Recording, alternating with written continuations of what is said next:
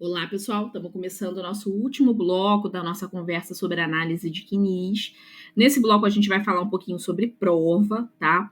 Porque nós vimos que, se o segurado ele tem um vínculo que não está no CNIs, eu falei para vocês, a gente precisa fazer provas que aquele vínculo existiu. O vínculo está no CNIs, mas está sem data de saída, precisa fazer prova da data de saída. O vínculo está no CNIS, mas não tem remuneração, preciso fazer prova da remuneração. Então, ao longo dessa nossa conversa, a gente falou o tempo inteiro de prova, prova, prova, prova, prova, prova. Mas quais são as provas que nós podemos utilizar para comprovar esses vínculos, para comprovar essas remunerações, né? Vamos entender aqui no curso de hoje. Eu coloquei as previsões aqui da IN, do regulamento, depois vocês deem uma lida com calma, tá?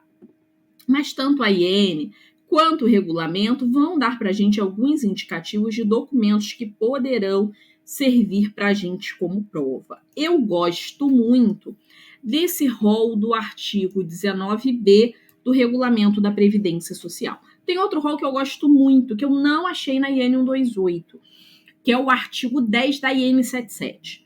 A gente sabe que a IN 77 está revogada, aquela coisa toda, pela IN 128, o que não impede que a gente use a 77 dentro desse rol para a gente eventualmente dar uma lidinha e ver ali se tem algum documento que a gente não consegue, não pode utilizar no nosso caso concreto, né? Porque apesar da IN 77 ter sido revogada, a gente está falando de lista de documentos e aquela documentação possui valor da mesma forma, né? Então, oriento vocês a abrirem a IN 77 e irem lá no artigo 10 da IN 77, onde vocês terão um rol de documentos separados, documentos para fazer prova de vínculo e para fazer prova de remuneração. A gente até acha na 128, mas tudo muito espaçado, né? Muito separado. Ali não, ali tá juntinho, fica fácil da gente entender, né? Trouxe como exemplo para vocês aqui o artigo 19b do regulamento, que eu também gosto muito desse artigo. Esse artigo traz para a gente um rol exemplificativo de provas. Então, a gente vai ter aqui um rol gigantesco de provas e essas provas são exemplificativas. São documentos que a gente pode utilizar para fazer prova de vínculo e remuneração, mas se tiver algum outro documento que não esteja aqui, a gente pode utilizar também, desde que seja um documento que seja suficiente para formar, de fato, a convicção da existência daquele vínculo, tá? Dentre os documentos, não vou ler todos, depois vocês deem uma conferida, né? Porque não é nosso intuito ficar aqui lendo. Mas a gente tem aqui a carteira de trabalho, o contrato individual de trabalho. O contrato individual de trabalho eu não gosto muito, porque ele é um documento para aquelas pessoas que têm vínculo definitivo, né? Vínculo sem estipulação de data de saída, não é um contrato por tempo determinado. Ela faz prova da data de entrada, mas não faz da data de saída, né? Então, assim, a gente poderia até usar como início de prova, mas não como a prova cabal ali suficiente do vínculo daquele meu cliente, né? Mas, enfim, temos outros tantos documentos aqui, como, por exemplo, o extrato analítico do FGTS, que é um documento que a gente vai estudar aqui também, ok? Depois vocês deem uma lida nesses artigos que eu coloquei para vocês. O primeiro documento que eu quero apresentar para vocês aqui como prova e entender como é que a gente analisa esse documento é a carteira de trabalho, tá? A carteira de trabalho é um documento muito, muito, muito importante de prova. Se a gente tem uma carteira de trabalho que não tenha nada que comprometa a fidedignidade dela, essa carteira de trabalho faz prova suficiente da existência daquele vínculo, ok? Súmula 75 da TNU vai nesse sentido. Ou seja, se a carteira de trabalho não tiver nada que comprometa a fidedignidade dela, ela é o documento que a gente vai utilizar como prova. O enunciado 2 do CRPS vai exatamente no mesmo sentido. Se não tem nada que comprometa a fidedignidade, a carteira de trabalho será utilizada como documento de prova. E aí a gente precisa entender o que pode comprometer a fidedignidade dessa carteira. E a gente vai estudar, então, esses pontos, né, que podem gerar o comprometimento da veracidade dos dados daquela CTPS. Primeiro ponto que eu separei para discutir aqui com vocês, foto. A carteira de trabalho nova, a gente sabe que ela vem plastificada, né? Mas as carteiras de trabalho antiga, não. E o pior, gente, era muito comum as pessoas tirarem a fotografia da carteira de trabalho. Porque antigamente foto 3x4 era caro e o segurado, para procurar emprego, ele precisava de foto, né, 3x4 em regra nos currículos. Então, muitas das vezes eles tiravam a foto dos documentos para colocar no currículo, né? E aí, resultado, carteira de trabalho sem foto. Essa carteira, estando sem foto, ela não pode ser validada como documento. Infelizmente. Priscila, mas o meu segurado colou uma outra foto no lugar. Não pode, gente, porque tem carimbo. Quando a gente emite aquela carteira antiga, né, aquela tradicional, tem um carimbo ali em cima e o carimbo pega em cima da fotografia, tá? Então isso é uma coisa que compromete a fidedignidade dessa carteira. A parte lá dos dados de filiação, a ausência deles também compromete essa fidedignidade, né? O local de nascimento, enfim. Por que essas informações comprometem essa carteira? Porque nós temos muitas pessoas que têm o mesmo nome. Então, se a gente não tem o máximo de informação possível para a gente identificar aquele cliente, a carteira está comprometida. Outro ponto, folhas soltas, tá? A carteira de trabalho que está com folhas soltas também está com a sua veracidade comprometida. Se eventualmente você está com uma carteira com folha solta, cuidado. Na hora de digitalizar, ou você indica ali, escreve, né, de alguma forma, digitaliza a carteira com um papelzinho do lado, né, porque a imagem tem que ser da carteira, então eu não posso digitalizar, escrever e juntar. Mas você pode digitalizar e coloca um papelzinho, ou então junta um papel na inicial dessa carteira, dizendo que essa carteira está com a folha tal como folha solta. Por que estou dizendo isso para vocês? Porque muitos colegas, entendo eu que agindo de má fé, dão um jeitinho ali na hora de fazer essa fotografia para não parecer que essa carteira está solta, tá? O nome disso é fraude, ok? Não só o cliente, se a fraude for por parte de cliente, mas também o colega que está atuando, ele pode se ver aí envolvido em uma ação penal de graça. Então, cuidado. Se a folha está solta, a gente não tem como.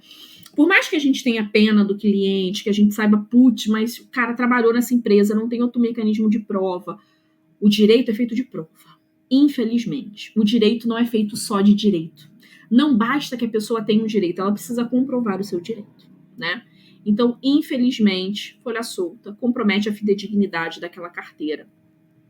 E não vem jeitinho, tá? E tomem muito cuidado também, porque muitos colegas, infelizmente, atendem o cliente remotamente e recebem essa documentação de forma remota. Se você recebe essa documentação de forma remota, você jamais pode autenticar esse documento como um documento original. Não tem problema nenhum você atender o cliente remotamente, desde que depois você tenha acesso fisicamente a essa documentação para que você digitalize os documentos diretamente daquele documento. Porque eventualmente pode ser que o cliente esteja aqui te enrolando naquela imagem para você não perceber que aquela folha está solta, você não faz o indicativo disso para o INSS, depois lá na frente é envolvido numa situação de fraude, tá? Ordem cronológica. A carteira precisa estar em ordem cronológica para ela ser validada, ok? Vamos imaginar que você tem uma carteira que tem o primeiro vínculo na carteira, do ano 2000, o segundo, de 88, o terceiro, de 99, o quarto, de 2005. Tá esquisito isso. Essa carteira não está seguindo a ordem cronológica. Como é que o primeiro vínculo é do ano 2000 e o segundo é da década de 80? Então, assim, tá errado. Está fora da ordem cronológica, compromete a fidedignidade dessa carteira. E a gente tem que entender que isso aqui é razoável, né? A gente ter aqui o comprometimento dessa carteira por falta de ordem cronológica, porque realmente é difícil para a gente entender o sentido. Vou pular o extemporânea, que eu quero mostrar uma coisinha para vocês. Vamos para a rasura. Carteira está rasurada. Tudo que tiver rasurado não poderá ser validado para fins de prova, ok? Outro ponto, carteira extemporânea também não pode ser validada como prova. Priscila, o que é uma carteira extemporânea? Vamos analisar aqui essas 3 situações que vocês vão entender. Situação 1, situação 2, situação 3, tá? Situação 1. Vamos imaginar que você tem uma carteira que foi emitida no ano 2000. Só que o primeiro vínculo que está registrado nessa carteira, ele tem início em 98, ele se inicia em 98 e tem como data fim 99. O INSS entende que, nesse caso, essa carteira é uma carteira extemporânea. Por quê? Porque eu tenho um vínculo que se iniciou e teve o seu fim antes da emissão da carteira. E aí eles entendem como é que pode isso. Eu tenho uma carteira que foi emitida em 2000 e eu tenho um vínculo lá que se encerrou em 99. Então, eles entendem que isso torna essa carteira extemporânea e compromete a fidedignidade dela. Vamos para a situação 2. Carteira emitida. Então, aqui, ó, já era. Carteira emitida no ano 2000, janeiro de 2000. Primeiro vínculo registrado, março de 2000. Data de saída, janeiro de 2005. Aqui está sucesso, né? Carteira foi emitida, depois teve o primeiro registro. Aqui não há nenhuma irregularidade. Essa carteira 2 é uma carteira contemporânea. Vamos para a carteira de trabalho 3. Data de emissão, janeiro de 2000. Data de entrada, 98. Mas ele ficou nessa empresa até 2005. Essa carteira, Priscila, ela é extemporânea? Não. O INSS entende que, nesse caso 3, essa carteira ela é contemporânea e pode ser validada. Priscila, mas o início da atividade dele foi antes da emissão da carteira. Sim. Mas o que a autarquia entende é que, né, nesse tipo de situação, o segurado pode ter perdido a carteira, ter pego, então, a sua carteira de trabalho e levado para o INSS validar. E aí o INSS validou essa carteira, para a empresa validar, perdão. A empresa refez o registro nessa nova carteira e ele continuou trabalhando na empresa até 2005. Então, nesse último caso, valida. Eu entendo, pessoal, que nesse caso 1, isso também pode ter acontecido, né? Do cliente ter emitido. Eu já tive cliente assim de trabalhista, que o segurado tinha perdido a carteira, ele fez a nova emissão, ele pediu para eu ligar no RH, para o RH da empresa que ele tinha saído e tinha processado, inclusive, por horas extras, para que a empresa refizesse o registro. Eu liguei, a empresa, não pode mandar aí que a gente refaz. Então, observa, no caso dele, a data de entrada e a data de saída eram anteriores à emissão dessa carteira. Então, para fins previdenciários, essa carteira ela não seria validada. Mas não é a mesma situação do 3? Perdeu e voltou na empresa para validar? É. Mas, infelizmente, nesse caso 1, o INSS não valida, tá? No judicial, a gente tem dificuldade de validar até o caso 3, tá? Aí a gente vai depender aí de outras provas para que a gente faça aí essa indicação. Lembrando que a carteira de trabalho deve ser considerada como prova, tá? E só pode ser desconsiderada mediante despacho fundamentado, ok? E esse despacho fundamentado, que está afastando o uso dessa carteira como prova, deve indicar expressamente as inconsistências que ali haviam, ok? E, se for o caso, se for identificada uma fraude, isso tem que ser encaminhado para a área de irregularidades, perfeito? Eu lembro de uma situação, eu estava numa aula presencial em São Paulo, não era o nosso tema, acho que a gente estava falando sobre, se não me engano, era sobre revisão. E aí alguém puxou um assunto sobre carteira, aí eu comecei a dar algumas dicas de como é que a gente valida essa carteira, essas dicas que a gente viu, né, em alguns pontos também onde a gente pode identificar fraude na carteira. E aí eu estava mencionando, né, que, por exemplo, lá você vê que a tonalidade de caneta, 30 anos de um registro para o outro, a tonalidade de caneta tá igual? Esquisito. Letra, mesma letra, exatamente dos vínculos que não estão no CNIS? Esquisito também. Então, a gente tem algumas coisas que a gente vai observando, né, ao longo ali da nossa vida, e essas coisas vão chamando a atenção para a gente. E aí eu estava mencionando dos registros falsos, da famosa carteira esquentada. Tem muita gente que esquenta a carteira, que vai lá e coloca um monte de vínculo que a pessoa não exerceu. E aí, quando eu falei isso, levantou a mão. Uma colega levantou a mão no final da sala e falou assim, eu queria dar aqui um depoimento. E todo mundo, né, a sala toda, povo fofoqueiro, todo mundo, esses previdenciaristas não são fáceis, todo mundo foi assim, uma avalanche. Todo mundo virou a cabeça para olhar. E eu já ansiosa, né, curiosa que sou, querendo saber da história lá. Então, um belo dia, estava no meu escritório, recebi uma notificação, não sei se era da Procuradoria, não vou lembrar agora se era da Promotoria, perdão, ou se era da Polícia Federal, mas, salvo engano, era da Polícia Federal, para que eu comparecesse para esclarecimento. E aí cheguei lá sem saber do que se tratava. Foi uma situação de carteira de trabalho. A carteira de trabalho estava com vínculo fraudado. Eu não tinha conhecimento disso. Não identifiquei isso naquela carteira. O servidor identificou que tinha ali uma fraude, mandou para a área de apuração, foi aberto o processo, né? Lá na Polícia Federal, porque é um crime federal, né? Foi aberto lá processo de investigação e foi comprovado que, de fato, houve uma fraude naquela carteira, e aí eles estavam me chamando para esclarecimentos, né? Já que eu apresentei aquela carteira junto ao INSS na condição de advogada daquele segurado. Aí todo mundo querendo saber o final da história, né? Ela contando os detalhes, e eu lá nervosa para saber o final. No final da história, ela falou que o cliente foi chamado também, e que o cliente disse que não tinha sido ele que tinha falsificado aquela carteira, mas que tinha sido uma outra advogada, que eximiu a colega, que realmente não tinha participado dessa fraude, eximiu a colega, mas colocou a culpa na outra advogada. Agora, se a outra advogada teve culpa ou não teve culpa, meu amor, isso é uma coisa que a gente nunca vai saber, né? Mas ele falou que a advogada anterior que havia feito aquele registro ali fraudulento naquela carteira, que ele de fato não reconhecia aquele vínculo, e quando a advogada anterior falou para ele que tinha feito isso, ele tirou a documentação dela e levou para essa colega. Mas ele não avisou para a colega da situação do vínculo falso, né? Enfim, e aí a colega, felizmente, né, conseguiu se desvencilhar aí dessa situação.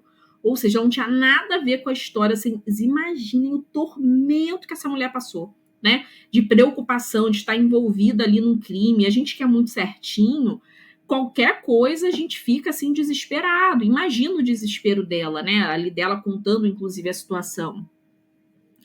É muito complicado, gente. Tenham muito cuidado, tá? Tenham muito, muito, muito, muito cuidado. Peguem a documentação na mão, pelo amor de Deus.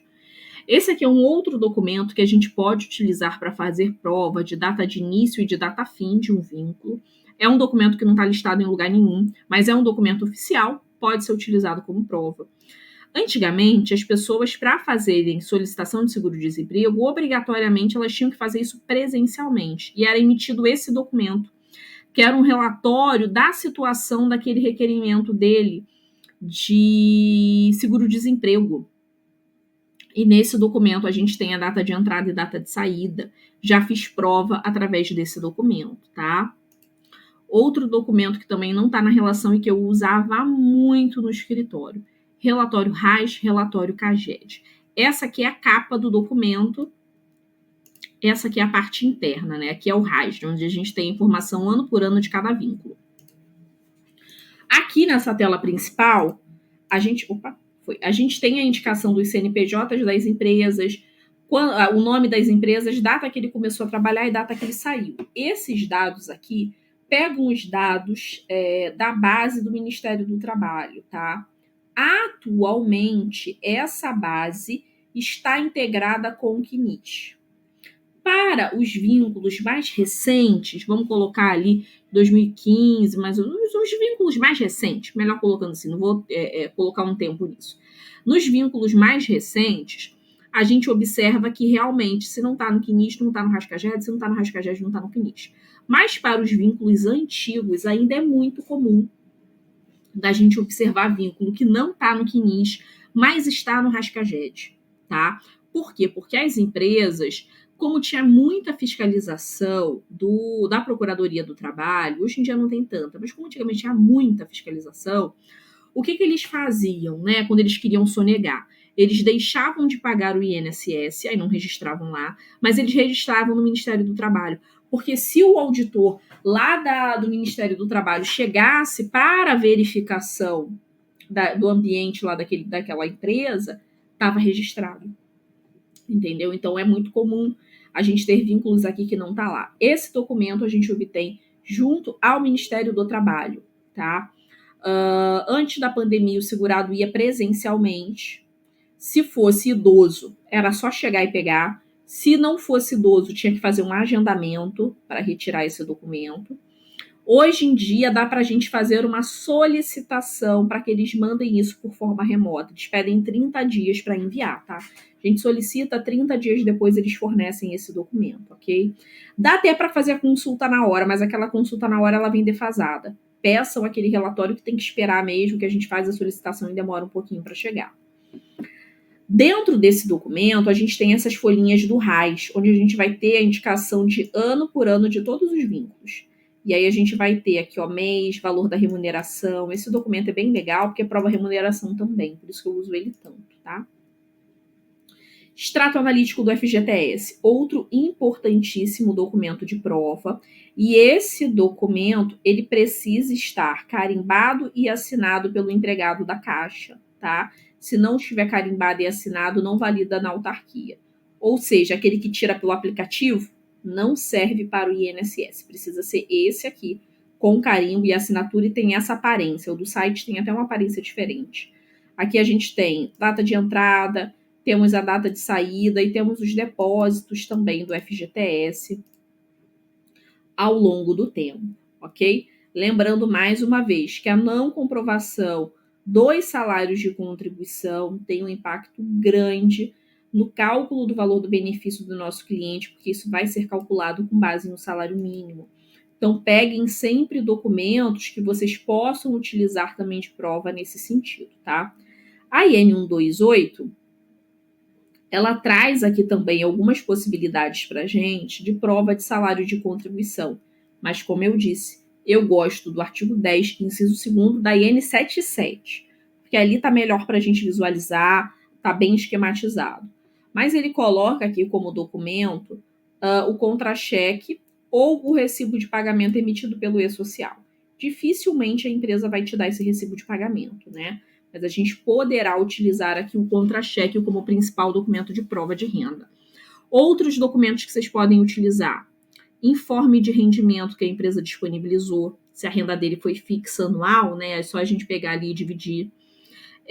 A declaração desse segurado no imposto de renda, contra-cheque, recibo de pagamento, ficha financeira acompanhada ali da ficha de registro de empregado, né, e da declaração da empresa, né? Eventualmente, se não tiver nenhum desses mecanismos de prova, temos outras formas, como, por exemplo, as empresas que pagam via folha de pagamento no banco, não é que faz depósito, é que paga via folha de pagamento. O próprio extrato bancário prova os valores que entrou, mas aí a gente vai ver o valor líquido, né? Não vai ver o valor real, mas já é aí um início de prova se você não tiver nenhuma outra forma de comprovar. Ok? Estamos finalizando, então, essa nossa aula, nosso curso sobre análise de CNIS. Até os próximos encontros.